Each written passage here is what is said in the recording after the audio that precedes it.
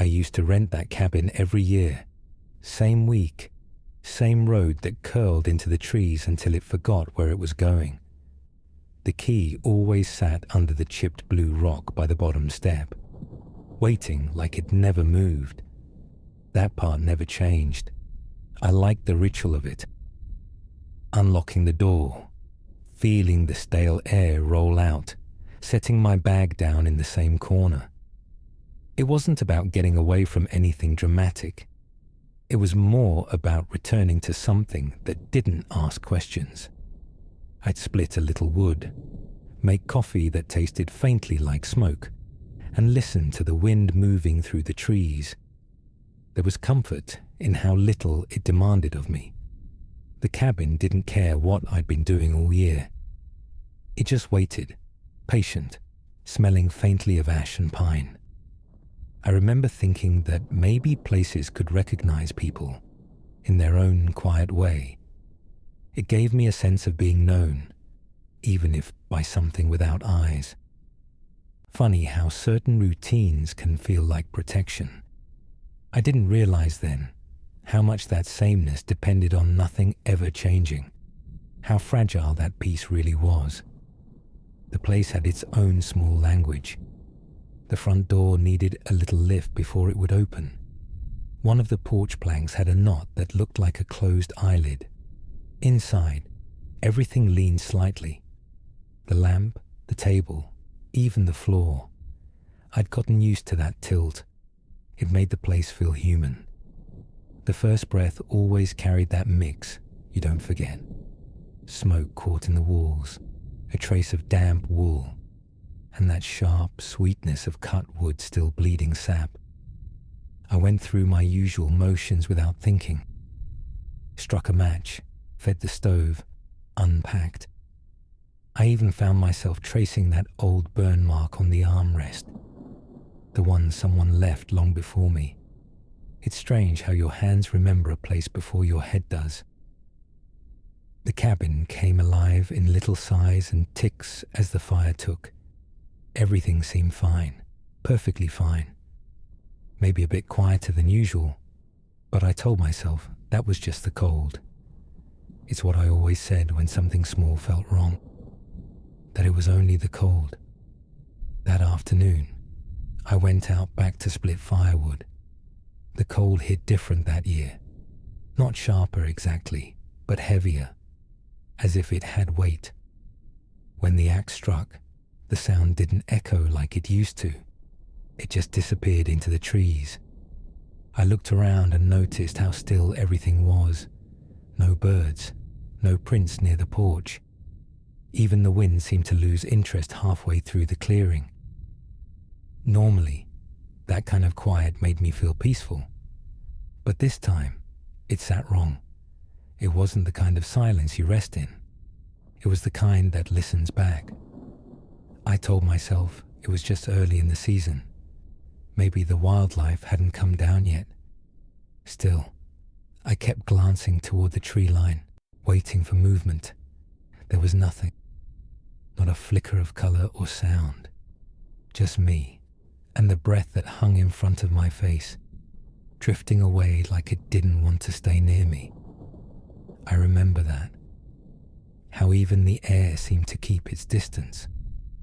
The first night passed without trouble, though I woke a few times thinking I'd heard something small. A step, a board easing under weight, maybe the stove popping as it cooled. I kept telling myself I'd just forgotten how loud silence can be when you haven't earned it yet. Morning light came thin and watery, the kind that doesn't warm anything. I sat by the stove with coffee, and I felt the cabin stretch and yawn back into shape. The smell of old smoke felt familiar again, like a coat I hadn't worn in a while. The second night was quieter still. The fire hissed in the stove like it was whispering to itself. I read for a while, then lay there listening to the kind of stillness that tricks your brain into inventing small sounds. I even laughed a little at myself. How the mind fills gaps with ghosts when it's bored. That's what I thought it was. just imagination trying to keep me company. It's strange what you convince yourself of, right before the world decides to correct you. The third night came colder. The air in the cabin felt heavier, damp with the kind of chill that seeps in from the ground. I remember pulling the blanket up to my chin and feeling an odd kind of peace, the kind that comes right before something interrupts it. What woke me wasn't a sound. It was the absence of movement, my own. My body simply refused to cooperate. I was awake, fully, and I couldn't breathe. There was weight on me, not like a branch or another body, but something focused, intelligent. It pressed in slow, deliberate pulses, matching the rhythm of my heartbeat, as if studying it. The first flash of panic wasn't thought. It was instinct, ancient and blind. I tried to move my arm, but it felt pinned by air itself. Sweat ran cold along my spine. My heart hammered uselessly against the thing that wouldn't let go. Then, without warning, the pressure lifted, not gradually, but all at once. Like something had finished its examination and stepped aside. I lay there gasping, half waiting for it to return. The cabin had gone perfectly still, as though even the wood was holding its breath. Then came the breathing, not mine. It came from just beyond the wall, low and even, each inhale deliberate, the kind of breathing that belongs to someone listening closely. The sound was close enough that I could feel its rhythm syncing with my pulse. My body knew before my mind did that it wasn't an animal. It was too steady, too patient. I remember thinking that if I moved, I might confirm something I didn't want to know. So I stayed there, eyes open in the dark, counting. One breath, then another, until I couldn't tell if the counting was happening in my head or outside it. The breathing never quickened, never stumbled. It just stayed, slow and unbothered. Time stretched thin. I waited for a footstep, a scrape of boot on wood, anything that would give it shape. Nothing came, only that breathing, like it was matching mine on purpose. When it stopped, the silence that followed was worse. It felt like the air forgot how to move. I don't know how long I stayed awake after that, staring at the faint red eye of the stove, afraid to blink in case the darkness decided to look back. Morning crept in as if unsure it should. Light pooled slowly along the floorboards. My chest ached from the way I'd been breathing. Shallow, cautious. The room looked exactly the same, which somehow made it worse. The fire had gone out, but the air still carried warmth, like someone had only just stepped away. I opened the door expecting something. Anything. But the frost on the porch was smooth, perfect, no marks.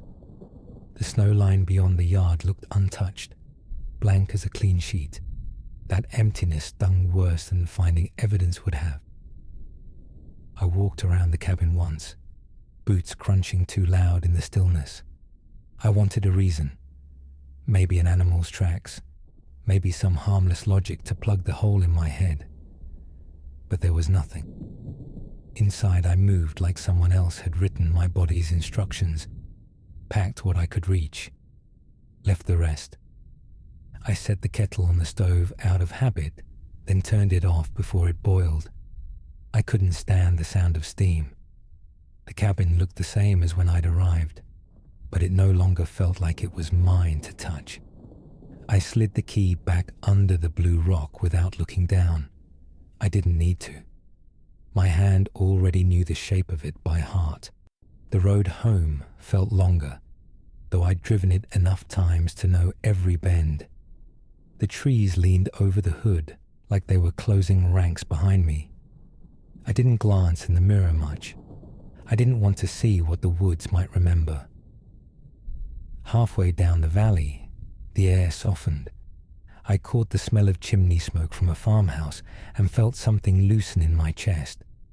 I told myself it had been a dream, a trick of fatigue, some kind of paralysis I'd read about once. But saying it didn't make it true. It just made it bearable. When I got home, I put everything from the trip away faster than usual. Washed clothes, folded the blanket, emptied the bag. I did it like I was erasing evidence, though I couldn't have said of what. I haven't gone back since. People ask if I miss it. The quiet, the woods, the solitude. I tell them I do, and I mean it. But what I don't say is that I still wake sometimes with the same shallow breath I had that night. I listen for the world to be still again, waiting for that slow, patient rhythm to answer me through the dark. I know how it sounds.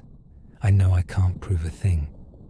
But I felt it, and I still wonder, after all this time, if whatever was out there that night felt me too.